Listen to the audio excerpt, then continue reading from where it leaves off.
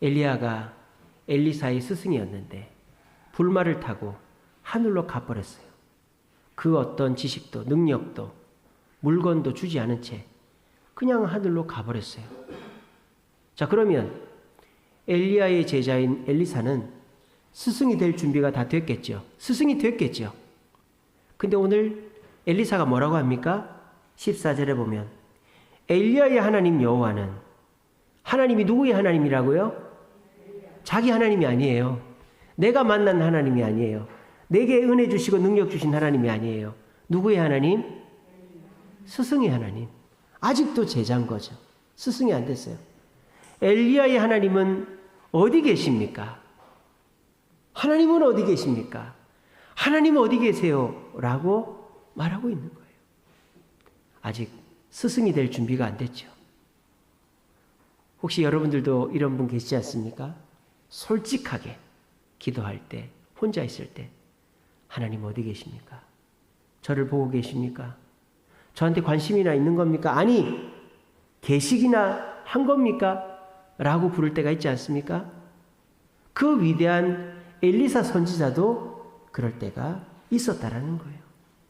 마치 저와 여러분들이 구원의 확신이 없고 하나님이 계신지 안 계신지 잘 모르겠고 교회 와도 뭔가 깨달아지는 것도 없고 답답한 면만 있는 상태로 신앙생활 하고 계신 분들처럼 엘리사도 지금은 하나님이 계시는지 나에게 능력을 주신 건지 나와 함께 하시는지 전혀 느끼지도 깨닫지도 못하고 있다라는 겁니다.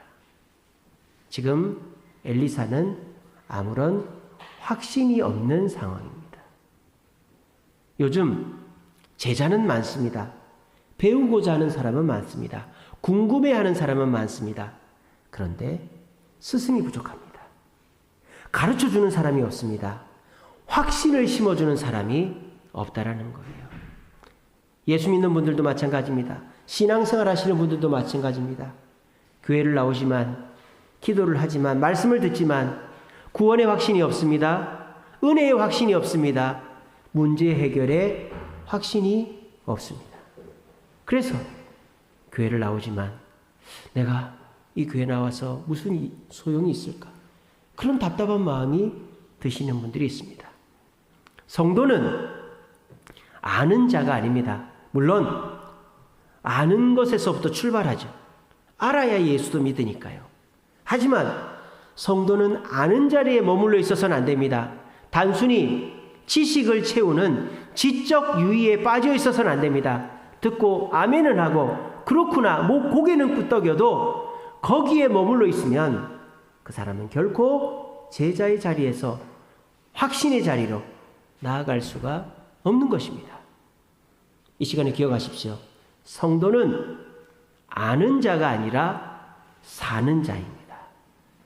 아는 것과 사는 것에 무슨 차이가 있을까요? 이 세상에서 모르는 사람 없습니다. 돈을 벌려면 일을 해야 된다. 출근을 하려면 잠을 자야 된다. 몸이 건강하려면 운동을 해야 된다.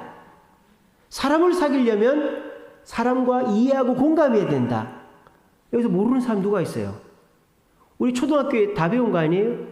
근데 그거를 살지 못하니까, 하지 못하니까 일을 열심히 하지 못하고 일찍 일어나지 못하고 건강하지 못하고 사람을 사귀지를 못하는 것입니다. 성도는 아는 데 머무는 자가 아니라 사는 자입니다. 힘들어도 부딪히는 거죠. 부딪혀서 포기하지 않으면 삶 속에서 확신을 갖게 되어지는 것입니다. 다른 사람의 성공이 내 성공이 아닙니다. 목사님의 말씀이 내 말씀이 아니고요. 누군가한테 기도 부탁한 그 기도가 내 기도가 아니고요. 남이 나를 섬겨주는 것은 내 것이 아닙니다. 내가 성경 읽고 은혜 받아야 되고요. 내가 기도해서 응답 받아야 되고요. 내가 섬겨야만 보람이 느껴지는 거예요. 그러할 때 확신 있는 성도가 될 수 있는 것입니다. 오늘날 배우고자 하는 자는 많습니다. 물어보는 자, 궁금한 자는 많습니다. 그래서 머리에 지식과 깨달음은 없습니다. 하지만 그것을 손과 발로 풀어내기에는 너무 귀찮단 말이에요.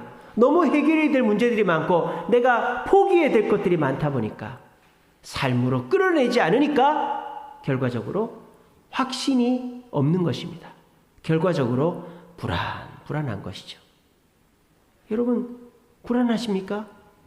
불안을 떨쳐버리려면 뭐라도 해야 되는 거예요. 가만히 있으면 그 불안은 내 마음속에 또아리를 틀고 절대 나가지 않습니다. 뭐라도 하고 움직일 때 우리의 삶의 변화가 일어나고 그 변화 속에 하나씩 둘씩 결과물들이 나타나면 그 결과물로 우리는 이렇게 하면 되겠구나 라는 확신을 얻게 되는 것입니다. 오늘 본문 속 엘리사는 확신이 없어요. 왜? 하나님을 만난 적도 없고 하나님의 능력을 체험한 적도 없는 제자 엘리사였기 때문입니다. 그런데 오늘 엘리사가 엘리사에게 들은 말씀대로 실천하니까 스승 엘리사로 변화되게 되었습니다. 오늘 말씀을 듣는 저와 여러분, 말씀을 듣고 그 자리에서 끝내버리면 우리는 영원토록 제자의 자리에만 머물러 있을 것입니다. 여러분, 제자의 자리에 머물러 있으면 어떻게 될까요? 제적당해요. 1학년에서 2학년, 2학년에서 3학년, 3학년에서 4학년 올라가야 될 거 아니에요. 못 올라가죠. 유급을 계속하면 제적당합니다. 쫓겨납니다. 여러분, 제자는 뭐 하려고 제자가 되죠? 계속 제자하려고 제자합니까? 스승이 되려고 제자하는 거 아니에요. 그죠? 근데 여러분들은 스승이 되기를 원하십니까?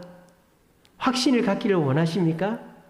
계속 남이 주는 거나 받아먹고 남이 받은 은혜나 나누고 남한테 기도 부탁이나 하고 그렇게 하시겠습니까? 특별히 여기 앉아있는 우리 학생들, 청년들 계속 부모님의 신앙으로만 살아가시겠습니까? 구원은 내 신앙으로 가는 거예요. 은혜도 내 신앙으로 받는 거예요. 부모님이 용돈은 줄지 몰라도 집은 사줄지 몰라도 은혜는 못 줍니다. 천국은 못 보내줍니다. 고등학교 졸업할 때까지 부지런히 예수 믿으려고 애를 써야 되는 거예요. 스스로 고민도 해보고 나는 예수님을 믿나? 천국과 지옥이 있나? 나 천국 갈까 안 갈까?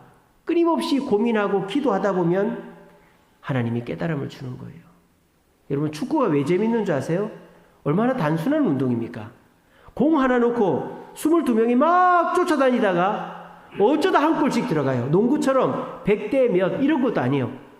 많으면 뭐 3대 0, 5대 0 뭐 이런지 1대 0으로 이겨도 막 좋대요.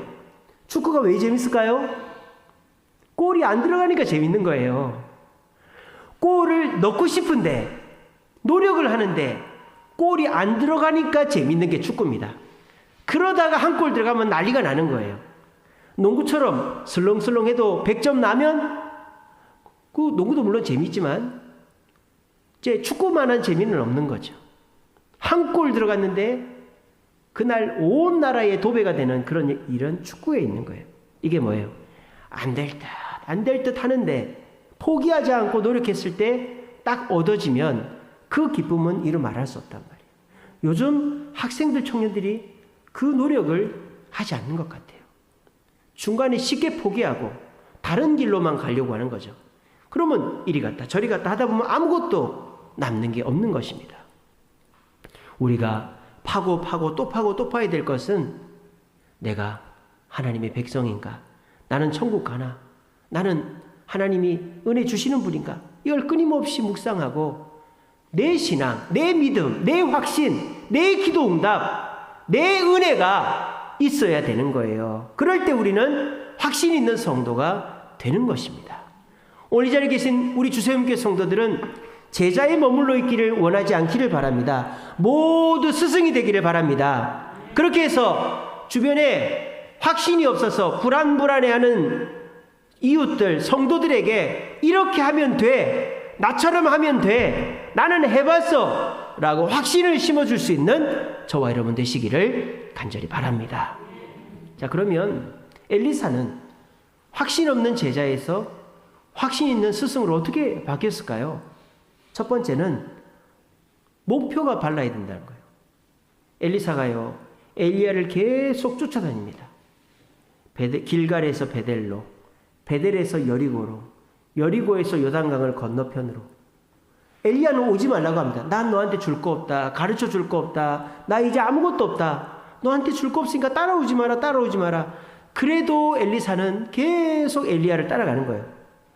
그래서 이 엘리야가 나중에 물어봅니다. 야, 나 줄 거 없다니까. 나 돈도 없고 가르쳐 줄 것도 없어. 왜 자꾸 날 따라오냐? 그랬더니 엘리사가 엘리야한테 뭐라고 그럽니까? 2장 9절에 엘리사가 이르되 당신의 성령이 하시는 역사가 갑절이나 내게 있게 하소서 라고 요구했어요. 성령의 영감이 갑절이나 내게 있게 해달라 그랬다. 아마 엘리야는 돈을 달라, 뭐 지식을 달라, 뭐 여러 가지 다른 걸 달라고 할 줄 알았는데 엘리사는 그런 거 달라고 하는 게 아니라 당신이 한 그 역사에 갑절이 나에게도 일어나게 성령을 달라고 기도하는 거예요. 근데 엘리야가 그걸 줄 수 있어요? 어려운 걸 부탁하는구나. 내가 불말을 타고 가면 혹시 하나님이 네한테 줄지도 모르겠다. 그렇게 했어요. 엘리사의 목표는 돈이 아니었습니다. 지식이 아니었습니다. 성공이 아니었습니다. 성령의 영감이었습니다. 그랬더니 엘리사는 나머지 것들도 다 얻게 되었습니다. 우리 신앙생활의 방향이 바르고 확신이 있으려면 하나님이 기뻐하시는 목표를 설정해야 합니다. 물론 교회 처음 올 때 마음의 평안을 위해, 성공을 위해, 문제 해결을 위해 나올 수 있지요. 처음에 그렇게 할 수 있어요. 하지만 말씀을 듣다 보면 다른 장로님, 집사님, 권사님들 하는 거 보고 그래, 내가 하나님의 뜻 가운데서 하나님이 기뻐하는 일을 해야지 목표가 바뀌어야 되는 거예요. 그런데 여전히 하나님, 저 불안하니까 평안을 주세요. 하나님, 돈 좀 벌게 해주세요. 하나님, 저 성공하게 해주세요. 전 나쁜 놈 안 보이게 좀 해주세요. 이렇게 하면 하나님은 우리한테 무관심하신다라는 거예요. 왜? 하나님의 뜻과 우리 뜻이 안 맞으니까 무관심하게 된다.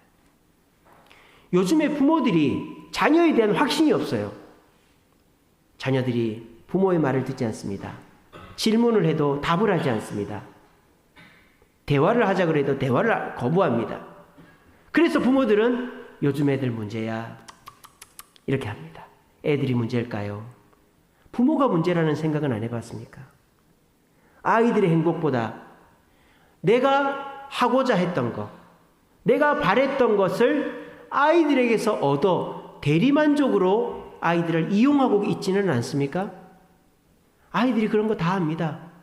그래서 아이들한테 권면합니다. 이렇게 좀 해보지. 공부도 이렇게 하고 이런 대학도 가고 이렇게 좀 해보면 어때? 애들이 듣는 둥 만든 둥 합니다. 왜 지가 원하는 게 아니니까.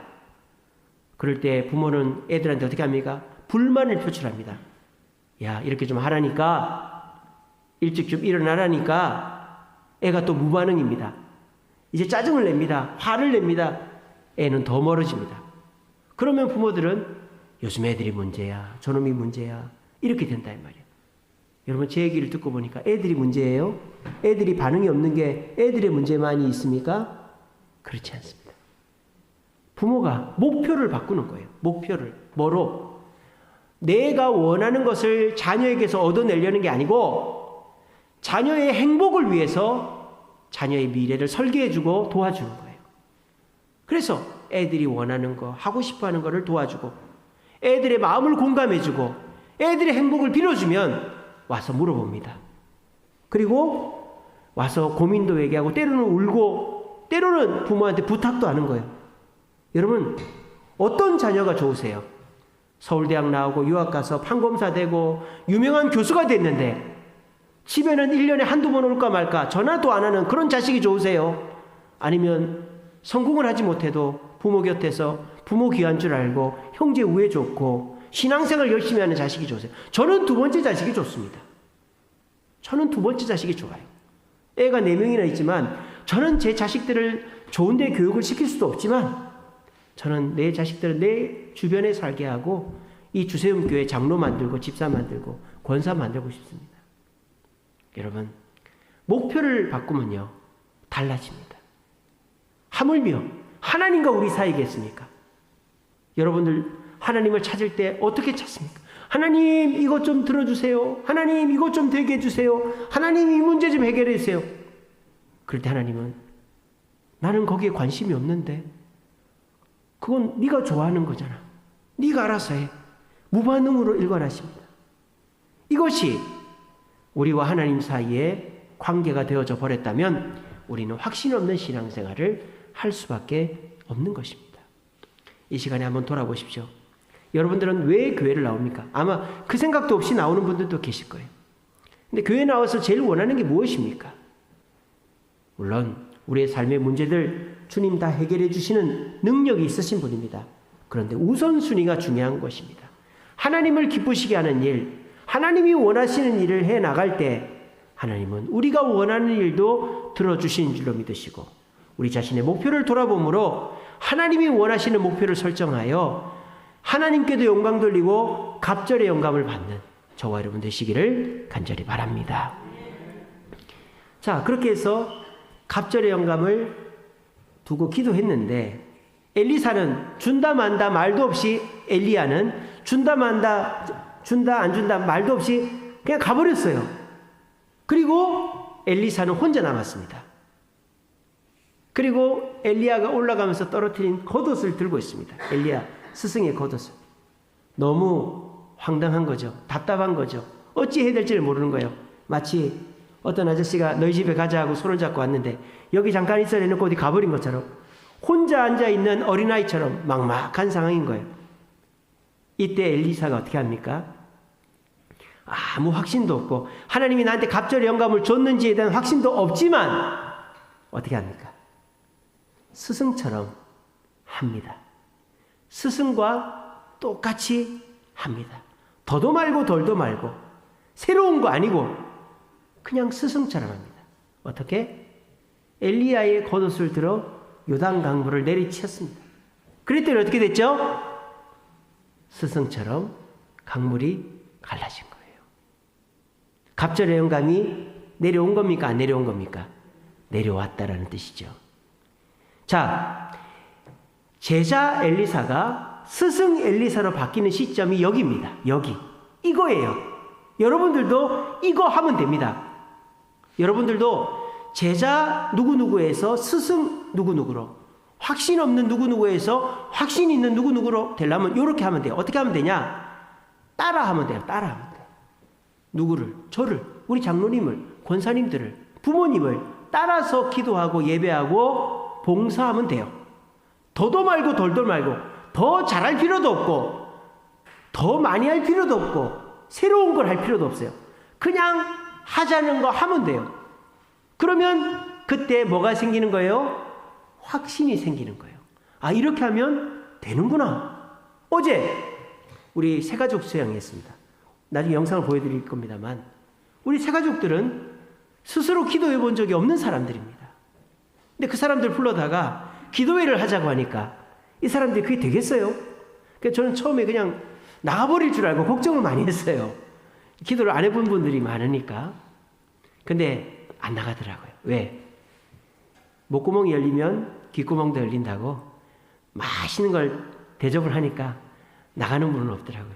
그래서 식사하고 강의 듣고 세족식을 하고 기도회를 하는데 얼마나 기도를 열심히 하는지 거기에 계신 분들 모두가 눈물 콧물 다 흘려가면서 기도하시고 느낀 게 뭘까요? 나도 기도할 수 있구나. 내가 기도하니까 하나님의 은혜가 임하는구나. 기도가 이렇게 좋은 거구나 하는 거를 어제 다 느낀 거예요. 이게 뭐 복잡한 거 아니에요. 복잡한 거 아니에요. 그냥 하면 되는 거예요. 하면. 그렇죠? 새가족들이 어제 와서 기도를 하니까 기도가 되고 그 기도를 하다 보니까 성령의 은혜가 임하여서 마음에서 눈물이 나고 마음이 시원해지고 은혜를 받고 마음에 평안이 임하게 된 거예요. 여러분, 하나님의 은혜는 눈에 보이지 않습니다. 성령의 영감은 눈에 보이지 않습니다. 그런데 우리 손에 잡히고 확신할 수 있는 방법이 있어요. 그게 뭘까요? 하나님의 뜻대로 해보는 거예요. 성경도 읽어서 내가 깨달아보고, 교회 와서 기도도 해보고, 새벽 기도도 나와보고, 그리고 봉사도 해보고, 그렇게 하면은 우리에게 있어서 확신이라는 것이 생긴다 이 말이에요. 제가 전에도 말씀 묵상으로 보내드린 적이 있습니다만, 제일 기쁜 게 뭐예요?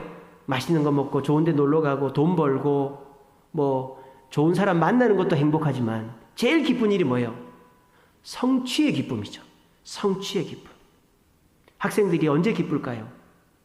학교에서 뭐 MT 가고 친구 사귀고 PC방 가고 이럴 때도 기쁘겠지만, 엄마 아빠가 공부하라고 해서 어거지로라도 공부를 했더니 성적이 올랐단 말이에요.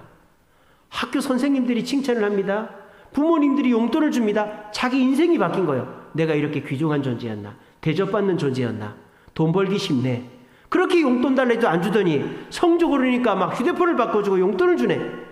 인생 역전이 되는 겁니다. 그럼 그 애는 공부할까요? 안 할까요? 당연히 하죠. 우리 집에 둘째가 그렇게 하고 있어요. 우리 한결이가 성적이 너무 올라가지고 과학을 발에서 1등을 했어요. 세상에. 그래가지고 학교 선생님들이 난리가 났습니다. 한결이처럼 공부하라고. 예. 그래가지고 애들이 한결아 어떻게 하면 돼? 그렇게 하고 있습니다. 그러니까 지도 너무 즐거운 거예요. 오늘 저희 집에 치킨 파티를 합니다. 우리 이정수 권사님이 또 닭을 튀기거든요. 왜 튀길까요? 왜 튀길까요? 누구 때문에 튀길까요? 얘기해보세요. 누구 때문에 튀길까요? 한결이 때문에 튀기죠. 그러면은 형아 내 덕분인 줄 알아. 이런단 말이에요. 그게 성취의 기쁨이라는 거예요. 여러분 신앙생활 언제까지 떠먹여주는 밥만 먹겠습니까? 여러분 내가 야채를 갖고 가지고 그걸 따서 씻어 가지고 국을 끓이고 쌈을 싸서 먹는 재미가 얼마나 큰지 아세요? 그래서 요즘 사람들이 배달시켜 먹고 인스턴트로 먹는 거는 그렇게 얘기하잖아요. 사육이라고 그러잖아요. 사육. 그냥 사육 당한다 그러잖아요. 근데 내가 직접 야채를 가꾸고 조리를 해서 먹으면 그게 식사인 것이죠. 오늘날 성도들도 사육 당하는 거예요. 사육. 이런 표현을 해서 죄송합니다만 그냥 목사님이 주는 말씀만 먹고 자라는 거예요. 아무 재미가 없어요. 사육 당하면 교회에서 목사님 말씀대로 집에 가서 성경도 읽고 기도도 하고 봉사도 하고 교회 행사 참여도 하고 그렇게 해서 성취의 즐거움을 느낄 때 내 인생이 바뀌는 거예요. 확신 없는 사람에서 확신 있는 사람으로 바뀐다는 것입니다. 아무것도 안 하면 아무것도 아닌 사람이 됩니다. 신앙생활은 해야만 성령이 보이고 하나님이 보이고 역사가 일어나는 거예요.